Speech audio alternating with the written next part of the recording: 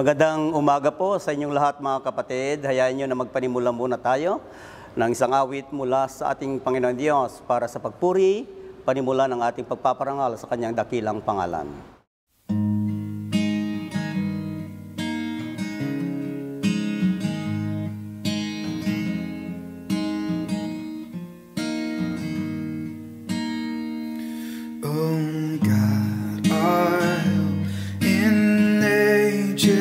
Past, our hope for years to come, our shelter from the stormy blast, and our eternal home.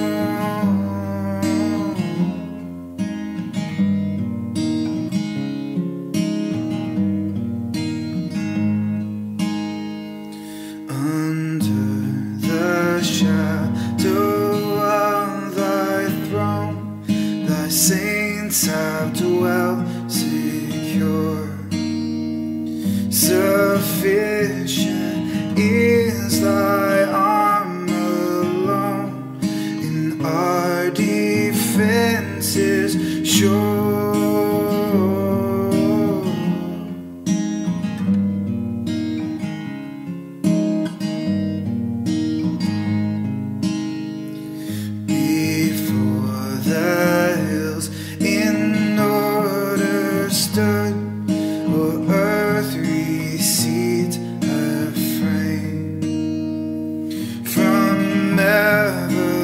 Everlasting thou art God, to endless years the same.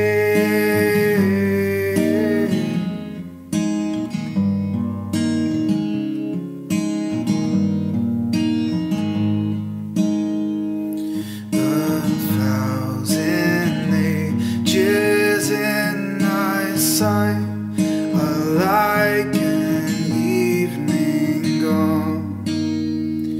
short as the watch that ends the night before the rising sun.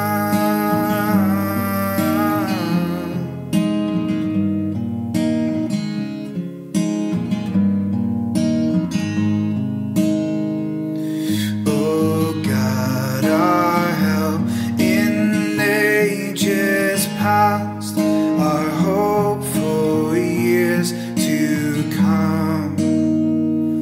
Be thou our God while life shall last, and our eternal home.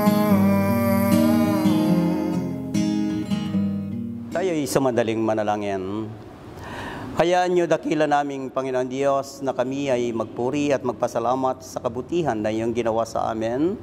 Mula sa mga biyaya na aming tinanggap, bumangon kami sa aming mga higaan, taglay ang panibagong buhay at kalakasan, taglay ang anumang kapahamakan na hindi kumabit o hindi namin tinanggap o hindi namin naranasan sa buong magdamag ng aming buhay, kundi ang naranasan namin, O Diyos, ay ang patuloy na biyaya mula sa inyo. Samahan niyo kami sa ilang mga sandali para kami magkasama-sama sa diwa ng panalangin at sa maiksing salita na aming pagdilidilian. Sa pangalan ng Ama, Anak at ng Espiritu Santo.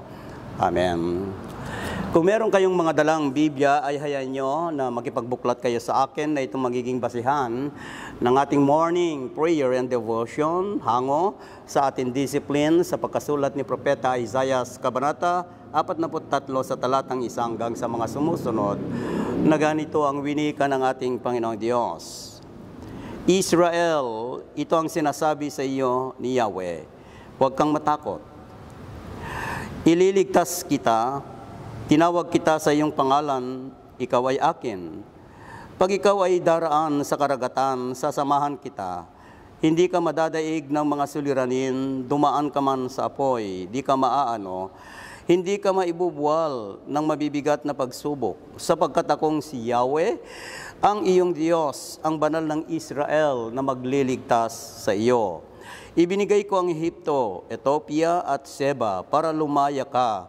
ibibigay ko ang mga bansa para lang maligtas ka, pagkat napakahalaga mo sa akin, dahil mahal kita, bibigyan kita ng karangalan, at huwag kang matatakot, ako'y kasama mo mula sa dulong silangan hanggang sa kanluran, ay titipunin ko kayo at ibabalik sa dating tahanan. Sasabihin ko sa mga bansa sa hilaga na huwag kayong hahadlangan. Gayon din ang sasabihin ko sa mga bansa sa timog, bayaan ninyo na ang aking bayan ay magbalik mula sa lahat ng sulok ng daigdig. Sila ang aking bayan at aking silang nilalang upang ako'y bigyan ng karangalan. At ang pagpapala at ang biyaya ng ating Panginoong Diyos ay sumainyo sa pagkabasa natin sa kanyang mga salita. Tayo sa mandaling manalangin, samahan niyo kami, Panginoon, sa mga salita na mahayag sa kalagitnaan namin para sa karangalan at kapurihan ng iyong dakilang pangalan. Sa pangalan ng Ama, Anak at ng Espiritu Santo. Amen. Muli po naming ipinapaabot sa inyo ang aming pagbati ng isang pagpapala mula sa ating Panginoon Diyos. Ang Diyos na nagbigay sa atin ng patuloy na biyaya, ang Diyos na nag-iingat sa atin at nagbibigay ng kaligtasan sa anumang kapahamakan na dumadaan sa buhay at ng bayan, lipunan na ating kinagagalawan. Alam niyo ba, sa araw na ito, kaarawan ko, it is my birthday today, and thanking God for a many blessings that the Lord given for me. At hindi lamang para sa akin, kundi para sa iglesia na aking pinaglilingkuran, para sa pamilya. Hindi ko kayang bilangin ang mga pagpapala na dumating sa akin, sa ating lahat, kasama po kayo, sa pagpapasalamat sa napakagandang umaga na kaloob sa atin ng ating Panginoon Diyos, sapagkat itong talata na ating binabanggit ay diwa ng biyaya ng Diyos na ibinigay sa atin, ang kaligtasan na tinatamo natin sa gitna man ng mga pinagdadaanan ng bayan natin. Kaya nga ang wika dito ng talata, huwag kayong matakot. Hindi ko mabilang ang maraming biyaya at hindi ko rin mabilang ang mga pagsubok na pinagdaanan ko personally. I feel so much in this time of pandemic, tila baga nawalan na ako ng pag-asa bilang pastor dahil sa loob ng ilang halos almost 2 years na hindi tayo nagkita at dumaan tayo sa maraming pagsubok at kasama ako bilang pastor na dumaan sa mabigat na pagsubok. And yet the Lord opened the gate of heaven so that in this simple meditation and thanking God, ang bumabalik sa alaala ko ay itong winika ng ating Panginoong Diyos, huwag kayong matakot. Hindi natin kayang bayaran o hindi natin kayang ibalik at isa-isahin ang mga kabutihan ng Diyos sa buhay natin. Unang-una, iningatan ka. Pangalawa, binigyan ka ng pangangailangan. Pangatlo, pinagaling ka. Pang-apat, yung mga nawala sa iyo ay ibinalik sa iyo ng Diyos. Yung mga mabibigat na pagsubok, recently, itong typhoon, Odette, ang ating mga kababayan ngayon sa Visayas and Mindanao ay halos hindi na sila makatayo. Pero nagpapasalamat tayo sa kabila ng karanasan ng ating mga kapatid na ito. Yung pangako ng Diyos na hindi nagmamaliw ang kanyang winika, huwag kang matakot, nandyan lamang ako sa iyong likuran. And this is one way or another to offer this thanksgiving. Thanksgiving and prayer to the Lord, na anuman yung mga dumarating sa pagsubok natin, ay huwag tayong matakot. Bilangin natin yung mga gagawa ng Diyos sa atin. Huwag natin bilangin yung mga pagsubok na pinagdaanan natin, yung kahirapan natin, yung sakit, lalo ngayon, Omicron. Laganap ngayon ang pandemya ng Omicron. Ang daming mga balita na naglipan na ngayon na yung mga kapatid natin na hindi tinatablan ng ubo, hindi tinatablan ng lagnat, ngayon tinatablan sila sapagkat laganap ngayon ang virus ng Omicron. Pero ang assurance na Diyos in these simple meditations, in this letter of prophet to all of us, not only to them in Israel but to all of us, huwag kayong matakot. There is always an assurance na darating sa Panginoon. Second, it is sa salitang ito, sabi ng ating Panginoong Diyos, sapagkat akong si Yahweh ang iyong Diyos, ang banal ng Israel na magliligtas sa iyo. This is one way or another a word of assurance for all of this. This pandemic, this Omicron, o anumang mga darating pa sa buhay natin, ililigtas tayo ng ating Panginoong Diyos sapagkat ito naman yung kanyang mga pangako sa atin.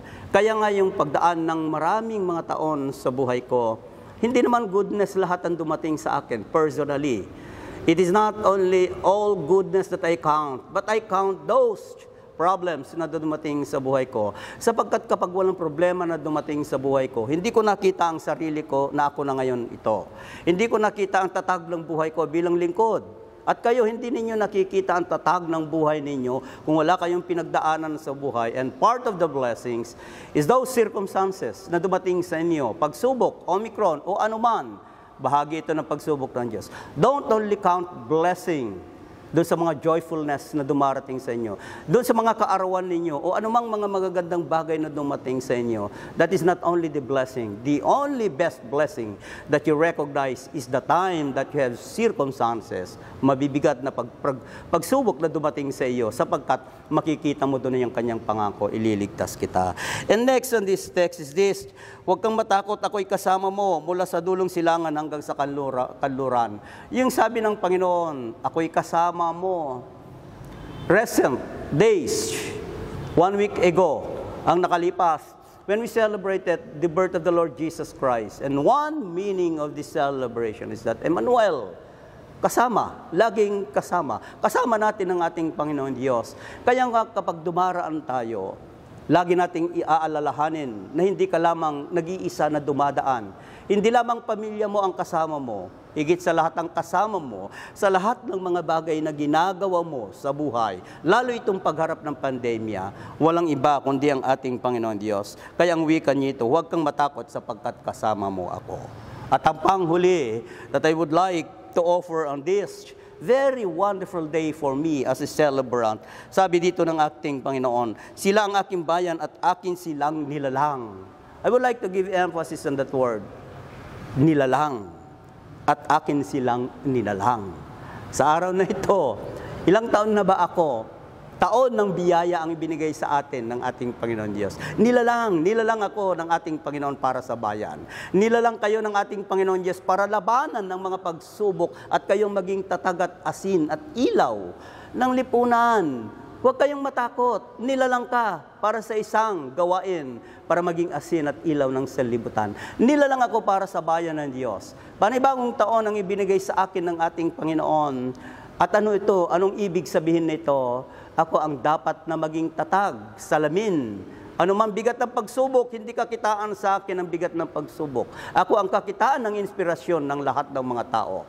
Sapagkat sa araw na ito, ipinapaalala sa atin ng ating Panginoon, lalo sa akin, na nilalang ako ng Panginoon. Panibagong buhay, panibagong kalakasan, panibagong taon, para sa bayan ng Diyos at para sa inyong lahat. At kayo rin, para sa bayan ng Diyos, para sa sanlibutan, para sa gitna man ng pagsubok, merong isang nilalang na katulad ninyo na nagbibigay ilaw, nagbibigay ng inspirasyon sa mga pagsubok na dumaraan sa bawat isa sa atin. Muli, sa napakagandang umagang ito, binabati po namin kayo ng isang matiwasay, ng isang masaganang araw, ng isang masaganang buhay, ng isang pinagpalang salita ng Diyos. Sapagkat sa araw na ito, hindi ka nag-iisa, kasama mo ang ating Panginoon. Inaanyayahan kita sa diwa ng panalangin, idalangin natin ang ating bayan, ang ating sarili, ang lahat ng mga dumadaan ng pagsubok, at higit sa lahat, dumalangin tayo para tayo magpasalamat sa biyaya na kaloob sa atin ng ating Panginoong Diyos. Let us pray. Nagpapasalamat kami, dakila naming Panginoong Diyos, sa kabutihan na iyong ibinigay sa amin. Sa isang napakagandang umaga at salita na aming pinagsalusaluhan.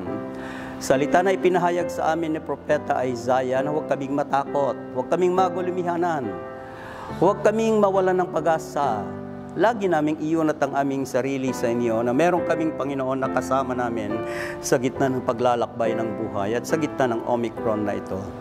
Dalangin ko, Panginoon, na sa pagtatapos ng aming dalanginan sa napakagandang umaga, ang mga kapatid namin na dumadaan sa mabigat na pagsubok, dala ng Omicron, sa kanilang mga karamdaman, sa sama ng katawan na kanilang nararanasan ngayon. In your name, sa pangalan ng aming Panginoon Diyos, pagagalingin mo lahat ng mga nakakaramdam ng hindi maganda sa kanilang mga katawan. Ganon din, O Diyos, hinihiling po namin na iligtas mo kami sa anumang kapahamakan, ang kalagayan ng bayan at lipunan, o anumang mga pagsubok na pinagdadaanan namin. Lalo itong pandemyang ito, maranasan namin ang iyong pangako, katulad ng mga salita mo na winika mo sa amin ngayon, na ililigtas mo kami at ilalayo mo kami sa anumang kapahamakan, sapagkat nilalang mo kami para maging ilaw at asin at maging bayan kami bayan ng aming Panginoon Diyos. Patuloy na basbasan mo kami sa maghapong ito, sa lahat naming gagawin, at higit sa lahat, ang iyong patuloy na bendisyon, ang masaganang buhay, ang ligtas na buhay, ang pinagpalang araw, at ang mga salita mo ang siyang patuloy na mamutawi sa amin sa gitna man ng kalagayan ng bawat isa sa amin. Sa pangalan ng Ama, Anak at ng Espiritu Santo. Amen.